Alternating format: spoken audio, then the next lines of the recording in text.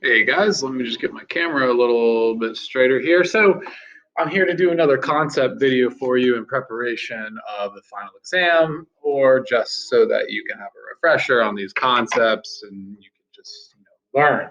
You guys are probably familiar with this that you see on the board: the parts of the plot mountain, exposition, rising action, climax, falling action, and resolution.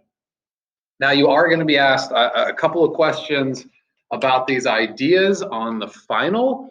I really, really hope that this is just like kind of ingrained in your mind by now. These are extremely basic and simple concepts. And I feel like most of you are kind of right to complain that you see this so often. And you're probably wondering, it's probably, I mean, it makes sense, but like, what's it all about? What's it used for? Are there any master writers that have actually come out and said, yes, I use this technique, I use this diagram in my plotting of my stories or in my creative process to write a story that says something that matters to me and other groups of individuals? I mean, what's the value, right? What's the value of this?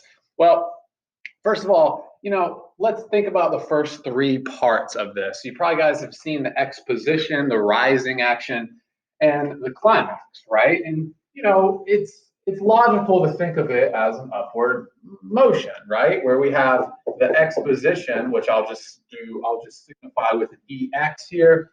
We have the rising action, which I'll just signify with an RA here. And then of course we have that climax, which is that big moment in the story that everybody's been waiting for. If you think about Avengers Infinity Wars, think about the climax is when Thanos snaps his finger with all the Infinity Stones in his gauntlet and kind of wins, right? Or if you move over to the end game, think about the climax as the final battle between Thanos, which originally starts with Thanos versus Iron Man, Captain America, and Thor, but then the rest of the Avengers come, and then Thanos's baddies, his goon squad comes, and they have this big battle, right? And then of course Iron Man, snaps his finger with all the Infinity Stones within his suit, and he undoes everything that Thanos had done. That's kind of the climax there. But what about all the rising action that was leading up to the snaps, right? If we're gonna take Marvel's whole storyline that they've built in their universe as our example here, and I say snaps because really there's like two main snaps. There's Thanos' snap, and then there's Iron Man's snap, right? Well, what about all the rising action? What led up all to this? Well, think about all the movies, all the movies that featured the Avengers. There was a movie about Doctor Strange, and that movie itself, has something of this structure, and then it has a climax.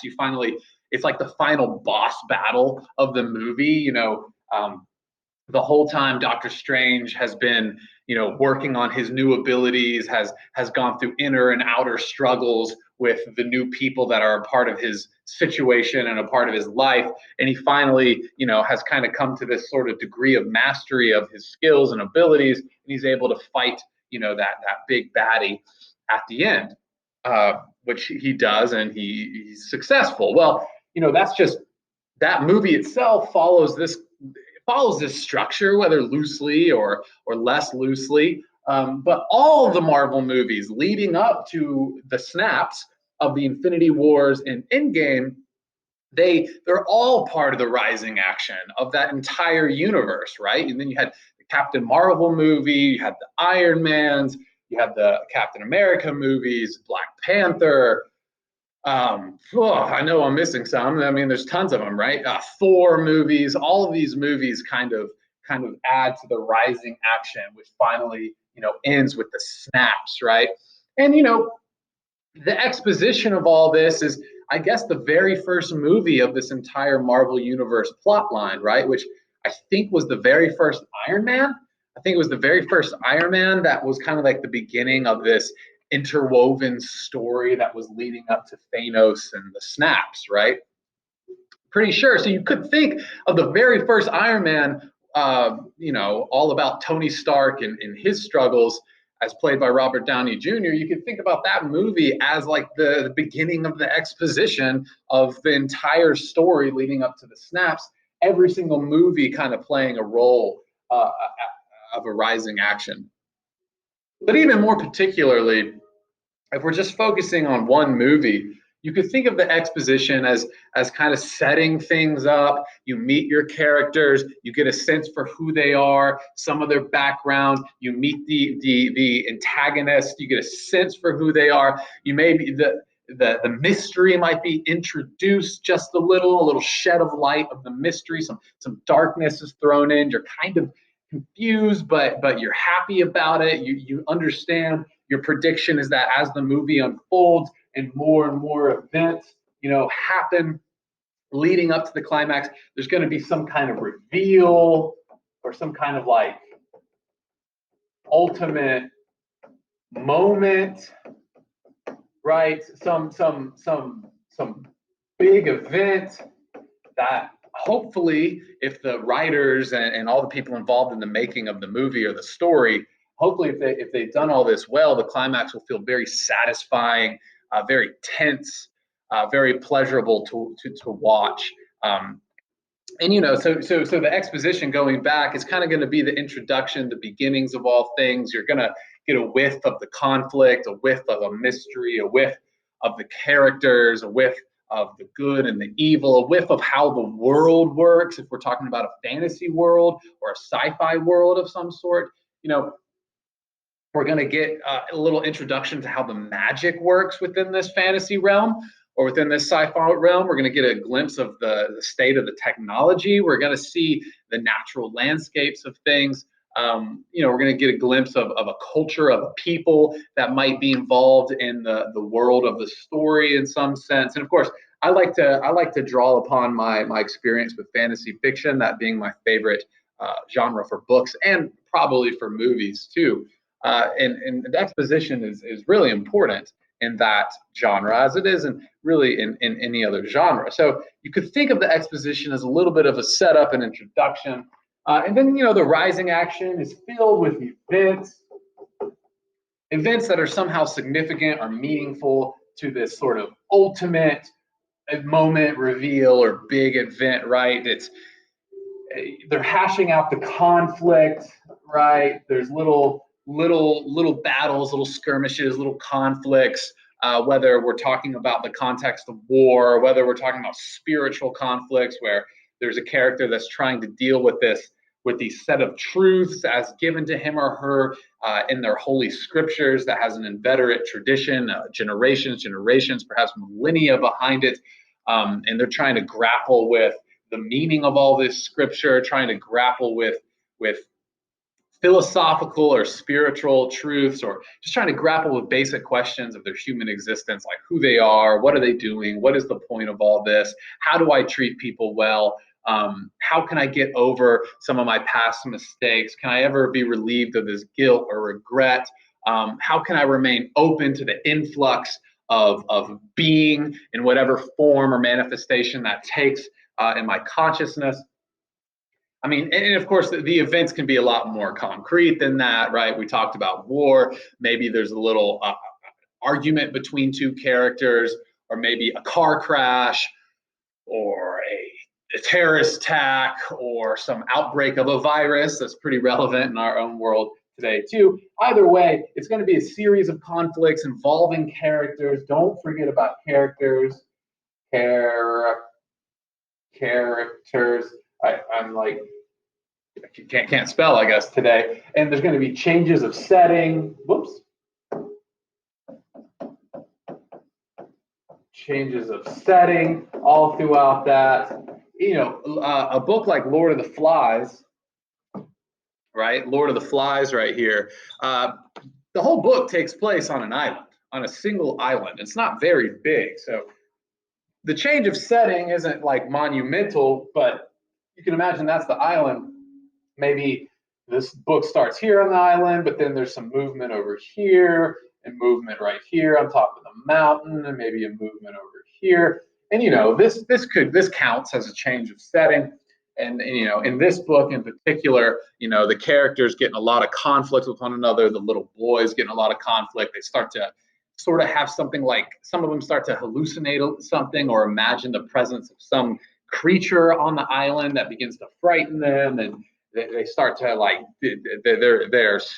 their civilized morality that they kind of drank in back in the world, back in Britain, we can imagine, since these are schoolboys from England, that politeness, that civilization, those manners, those rules, that law that kind of was kind of nurtured within them by the society begins to deteriorate and break down, and a certain kind of savagery starts to take over. And so this is kind of an insight into the conflict. Well, in this book, you consider the exposition to be, you know, the very beginning, the very first chapter. You know, if we look at the table of contents here, the very first chapter called "The Sound of the Shell," right? In this chapter, you're gonna, you know, get introduced to the main characters. You're gonna get introduced to the setting. You're going to get introduced to the situation that the characters find themselves within, which involves the conflict. And, you know, the very first sentence, it says, "The boy with fair hair lowered himself down the last few feet of rock and began to pick his way toward the lagoon." So already in that sentence, we meet a boy. We don't know his name, how old he is, what he looks like, where he hails from, his skills, his abilities, nothing about his appearance or what he knows, his level of education, his prejudice, his biases. We really don't know anything about him, but he's moving and he's heading towards a lagoon. Okay, well, we can probably imagine that this isn't on Mars or anything. This isn't on a space station revolving around a dying star. This isn't in some super industrialized, you know, polluted city. I mean, it could be, right, and it could be, we could be on some super futuristic space station that has hologram lagoons or something, or who knows, you know, right? But if we're taking it more literally, we're already kind of situating ourselves, and some might predict, oh, this is an island, or this is some tropical environment, or something like that. So we get that introduction, and then, of course, it all reaches this great climax. If you have read Lord of the Flies, then you probably have a sense for what that climax is. You know, you can look at this as all like heading towards a single peak if you want, but another way to look at it, imagine this is just a smaller version of the general idea. You can maybe imagine it as like a little series of peaks at the top, right? Where there's kind of, you could argue, maybe multiple climaxes. I mean, maybe they're all on an equal plane and they're all as important to the story as one another. Or maybe one climax is a little less important and another's a little less, like there really is this most important ultimate big event that you call the climax, but then there seems to be other events that are very, very close to being as important. And of course, you could also visualize this line differently, right?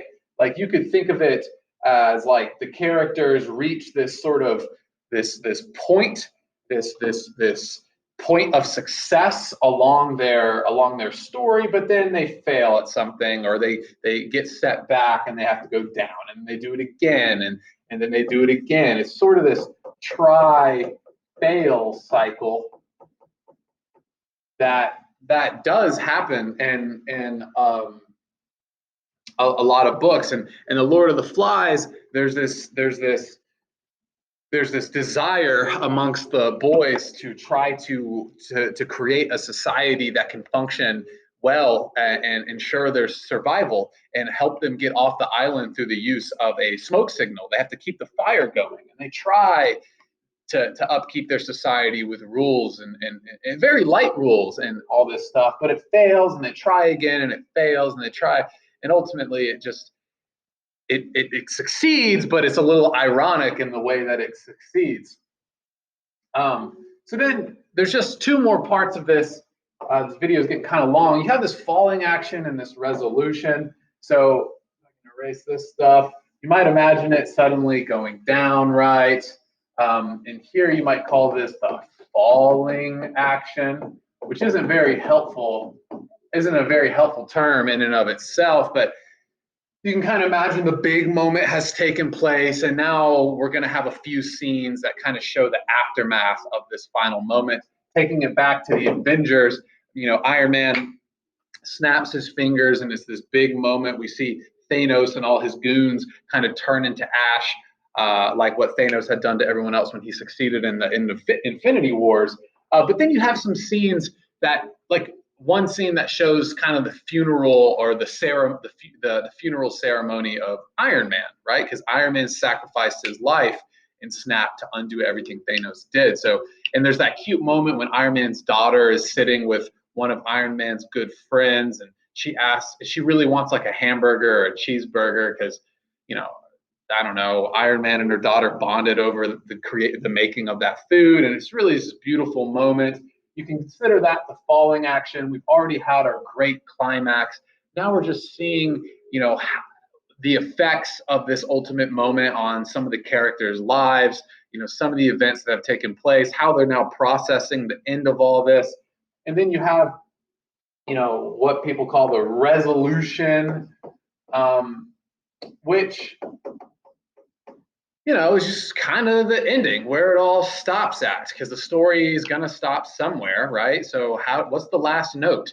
How does it all resolve itself? Does it resolve itself in some symbolic way that retouches upon, the main theme? And I really am thinking about music here. You have, a song like Beethoven's Fifth Symphony that goes dun dun dun dun dun dun dun dun, and that little theme repeats throughout that part of the symphony. You could imagine an artist or a musician ending their song with a sort of retake or a remix of that main theme, right?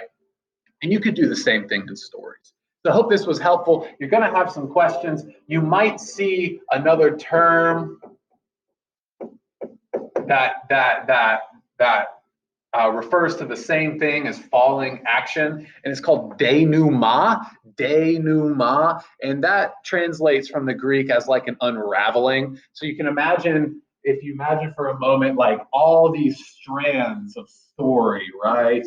All these knots are being created, different characters, plot, subplots, conflicts, events, and it all gets tied in this really crazy knot. And at the climax, it kind of breaks open, and we see how everything kind of separates off at the end. And that could be the denouement.